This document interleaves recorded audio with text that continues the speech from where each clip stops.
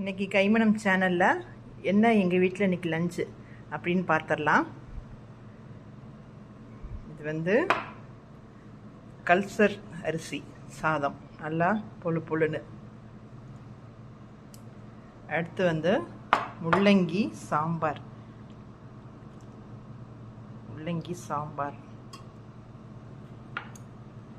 அடுத்து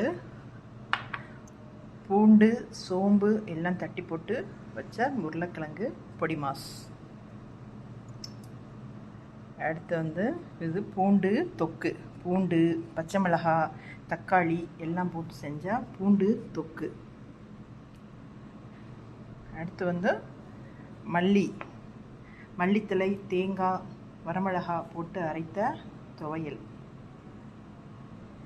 இது வந்து மீந்து போன பழைய சாதத்தில் செஞ்ச வடகம், சூப்பராக இருக்கு பாருங்க.